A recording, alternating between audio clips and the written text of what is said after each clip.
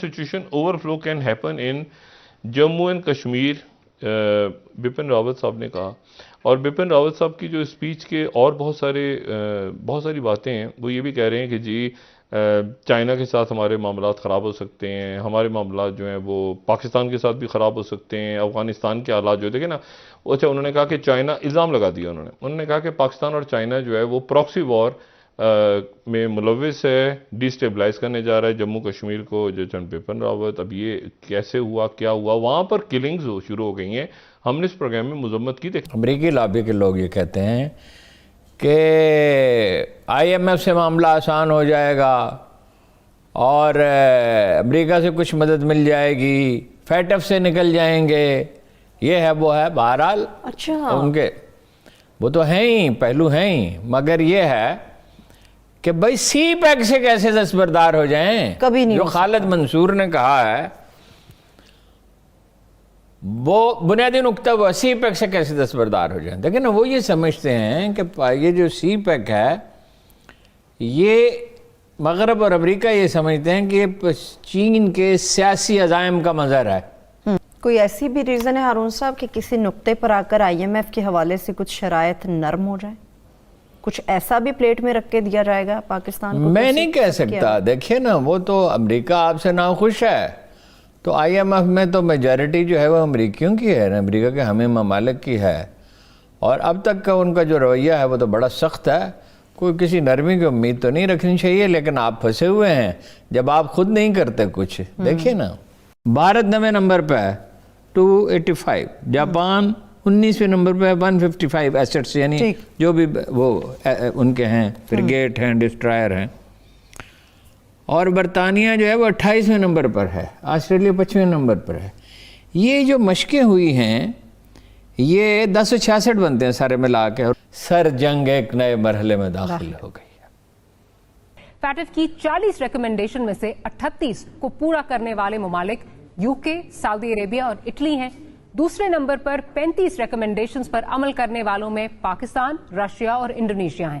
لیکن ان میں سے صرف پاکستان گرے لسٹ میں ہے، جبکہ ساؤتھ کوریا 32، امریکہ دنیا کا چودھری 31 ریکمنڈیشنز پر عمل کرتا ہے، مگر ان پر کوئی لسٹ لاگو نہیں ہوتی.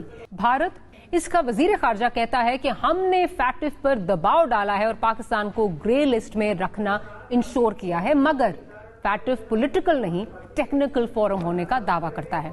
اپنے مفادات کے لیے اس ٹول کو مغرب کب تک پاکستان کے خلاف استعمال کرے گا، اور موجودہ تناظر میں کون سی مغربی مفادات ہیں جس کے لیے فیٹف کو استعمال کیا جا رہا ہے. فیٹف پہ بار بار یہ ایلیگیشن آ رہی ہے کہ فیٹف ایک اگر ٹیکنیکل فورم ہے تو جے شنکر صاحب کا یہ بیان جو ہے اس کو کس تناظر میں جو ہے وہ دیکھا جائے. جے شنکر صاحب کا یہ بیان آیا ہے کہ اگر فیٹف واقعی ہی ایک ٹیکنیکل فورم ہے تو پھر یہ پولیٹیکل جو ہے بیانات جے شنکر صاحب کی طرف سے فیٹف سے منسوب کر کے کیوں جو ہے وہ آ رہے ہیں. اور یہ بھی سوال اٹھ رہا ہے کہ امریکہ اور امریکہ کے جو ایلائز ہیں، بالخصوص انڈیا کا اگر دیکھا جائے تو وہ پاکستان پر یہ دباؤ کس طرح ایگزرٹ کر رہے ہیں، کیونکہ اسی طرح جو آئی ایم ایف ہے وہ بھی استعمال ہوتا ہے. امریکہ اس کو اپنے مفادات کے لیے استعمال کرتا ہے، امریکہ کی sort of like veto power وہاں پہ جو ہے وہ ایگزسٹ کرتی ہے، اور یہ سارا کچھ انٹرٹوائنڈ ہے.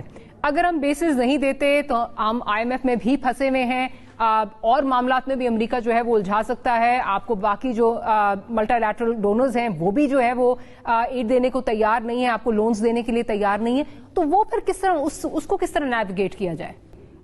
سی این این جو آلریڈی خبر یہ دے چکا ہے کہ جی بیسس پہ جو ہے وہ ڈیسیجن ایک آ گیا، آل دو فارن آفس نے اس کو نیگیٹ کر دیا ہے. اس کو آپ کس طرح دیکھ رہے ہیں؟ کیا آپ سمجھ رہے ہیں؟ کیونکہ بہت آپ کو پتا ہے بہت سارے پروگرامز ہم نے بھی آپ کے ساتھ کیے ہیں، قیاس آرائیاں بہت دیر سے ہو رہی ہیں کہ یہ معاہدہ ہو چکا ہے، چاہے پرائم منسٹر صاحب جو بھی کچھ کہیں، لیکن یہ معاہدہ جو ہے وہ ہو چکا ہے اور ناگزیر ہے دینا. مہنگائی کی جو مجموعی طور پہ کیفیت ہے ملک کے اندر، وہ انتہائی تشویشناک ہوتی چلی جا رہی ہے. لیکن میرے نزدیک جو ہے جس نے اس ملک کے تباہی پھیری ہے، اور مجھے کہنے میں کوئی عار نہیں ہے کہ we have never witness such a greatest economic hit man in our country's history which is Mr Reza Baqir, the governor of the central bank. انہوں نے اس ملک کا بیڑا غرق کر دیا.